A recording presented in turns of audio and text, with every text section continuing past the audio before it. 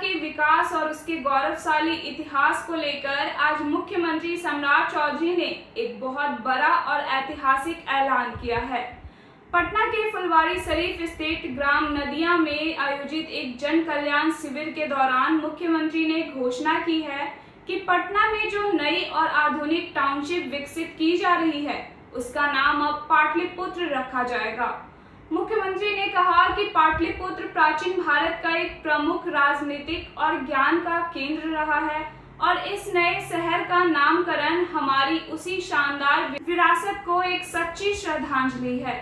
मुख्यमंत्री ने साफ किया कि कई जनप्रतिनिधियों और सामाजिक संगठनों की यह मांग थी जिसे सरकार ने सहर्ष स्वीकार कर लिया है, लेकिन इस टाउनशिप के निर्माण के साथ ही मुख्यमंत्री ने किसानों और भूमि मालिकों को भी एक बहुत बड़ी राहत दी है। उन्होंने आश्वस्त किया है कि इस विकास कार्य से किसी भी किसान या स्थानीय व्यक्ति को परेशानी नहीं होने दी जाएगी। सरकार किसानों की जमीनों का वर्तमान दर से भी अधिक मुआवजा देने जा रही है और इस संबंध में बहुत जल्द कैबिनेट में एक विशेष प्रस्ताव लाया जाएगा।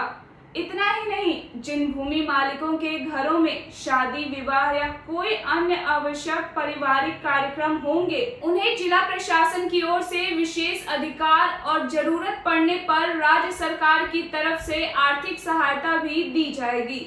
सुशासन और कानून के राज के साथ साथ सरकार का फोकस अब बिहार के औद्योगिक और शहरी विकास पर है। आइए आपको सुनाते हैं इस पूरे मामले पर मुख्यमंत्री सम्राट चौधरी, पटना के जिला अधिकारी और विधायक श्याम रजक ने क्या कुछ कहा। साथियों, कई चीजें बदल चुकी है, चाहे वो स्कूल की व्यवस्था हो। आज यहाँ लगभग 75,000 हमारे स्कूल खोले जा चुके हैं। शिक्षकों को हम लोगों ने तय किया कि आप गांव के बगल में चले जाओ, कोई दिक्कत नहीं है। हमने बहन जो हमारी बहनें हैं उनको कहा है बगल के पंचायत में पढ़ाने के लिए दे दो, और जो हमारे भाई टीचर हैं उनको बगल के प्रखंड में उसको देने का काम करो। लेकिन दे तो दूंगा, पढ़ाना तो आपको पड़ेगा। पढ़ाने के लिए कोई एक्सक्यूज नहीं मिलेगा। आप पढ़ाइए और बिहार के बच्चों को आगे बढ़ाने का काम कीजिए। इसलिए साथियों, आज शिविर में आपके माध्यम से आपके बीच में आया और माँ तारा चंडी से लेकर माँ मुंडेश्वरी तक मैं आया हूँ। अभी सासाराम भी हमें जाना है। तुतला भवानी जैसे जगह को भी मैं कई लोगों ने रिपोर्ट किया है कि लाखों की संख्या में लोग जा रहे हैं। माता मुंडेश्वरी में भी लाखों लोग प्रत्येक महीने आ रहे हैं और यहाँ पूजा करते हैं। इस पवित्र धरती से मैं जरूर यही कामना करता हूं कि बिहार आगे बढ़े, भारत समृद्ध हो और भारत विकसित हो। इस सपने को साकार करने में ये सहयोग शिविर आपको मदद करेगा। सहयोग में मैं अपने तमाम जो एनडीए के कार्यकर्ता हैं उनसे भी आवेदन करूंगा, आग्रह करूंगा कि आप लोग जिन लोगों को दिक्कत है उसको सहयोग कार्यक्रम में पहुंचाने का काम कीजिए। और क्योंकि 30 दिन में आदेश होगा और 30 दिन में जब आदेश होगा तो जनता का विश्वास सरकार के प्रति भी बढ़ेगा और आपके प्रति भी बढ़ने का काम करेगा। तो आप लोग जाएंगे ना साथियों, जाएंगे ना, लोगों को जोड़ेंगे ना। तो देखिए, माता मुंडेश्वरी माता की धरती पर आया और इस सहयोग कार्यक्रम से आगे बढ़ाना है, बिहार को समृद्धि की ओर ले जाना है। इसलिए मैं सबको फिर से आह्वान करता हूं, पूरे बिहार वासियों को भी बिहार की समृद्धि के लिए आप तमाम लोग इससे जुड़ी तो तभी हो पाएगा जब बिहार के लोग इससे जुड़ पाएंगे और बिहार उद्योग से भी जुड़ पाएगा। अभी तक सड़क, बिजली, पानी आदरणीय मोदी जी और नीतीश कुमार जी ने इसको आगे बढ़ाने का काम किया है साथ, लेकिन अब इसको और आगे बढ़ाना है साथ। इसलिए मैंने कहा है सुशासन रखना पड़ेगा। अभी ठीक कह रहे थे संजय टाइगर जी, मैंने पुलिस को कहा है कोई अपराधी हो उसको पहले दिन हाथ जोड़कर कहिए कि बिहार छोड़कर चले जाओ, तुम्हारी भलाई है। और बिहार नहीं छोड़ता है। और यदि अपराध करता है तो एक तरह से चैलेंज माना जाएगा, और यदि उसने चैलेंज किया तो उसको 48 घंटे में जवाब भी हमारी पुलिस देने का काम करेगी। सर, हम उसको छोड़ नहीं सकते। हम छोड़ेंगे तो जनता हमें माफ नहीं कर सकती है।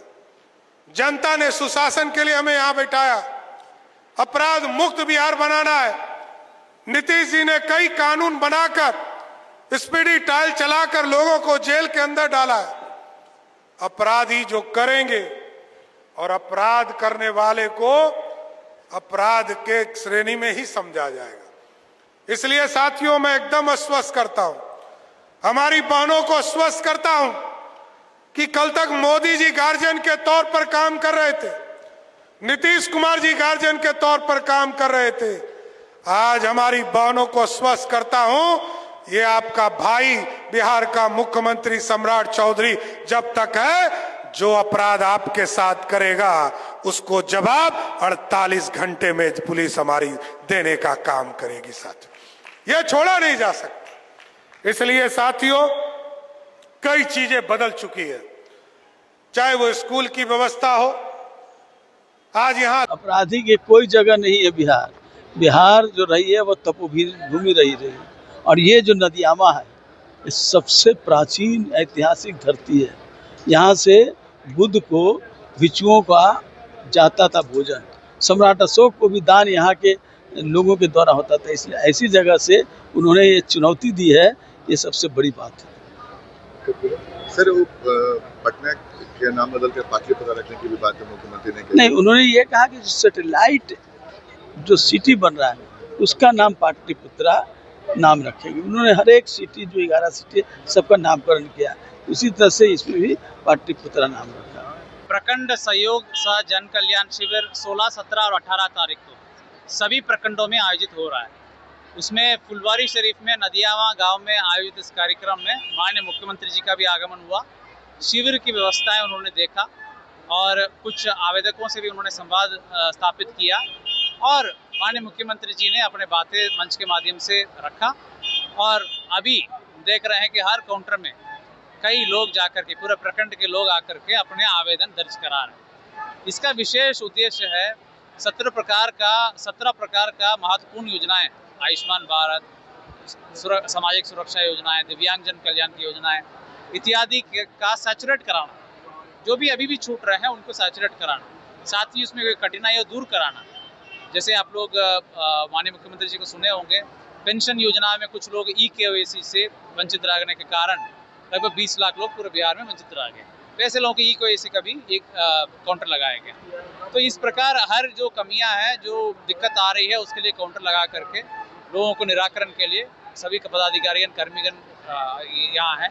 और आप जानते हैं कि ये पोर्टल में जो आवेदन दर्ज होगा समयबद्ध तरीके से उसका निष्पादन होगा। और क्या निष्पादन हो रहा है वो सब लोग देख सकते हैं, आवेदक भी देख सकते हैं, वरीय पदाधिकारी भी देख सकते हैं। तो बहुत प्रभावी ढंग से जो सरकार का निर्देश है, माननीय मुख्यमंत्री जी के निर्देश को पालन किया जा रहा है।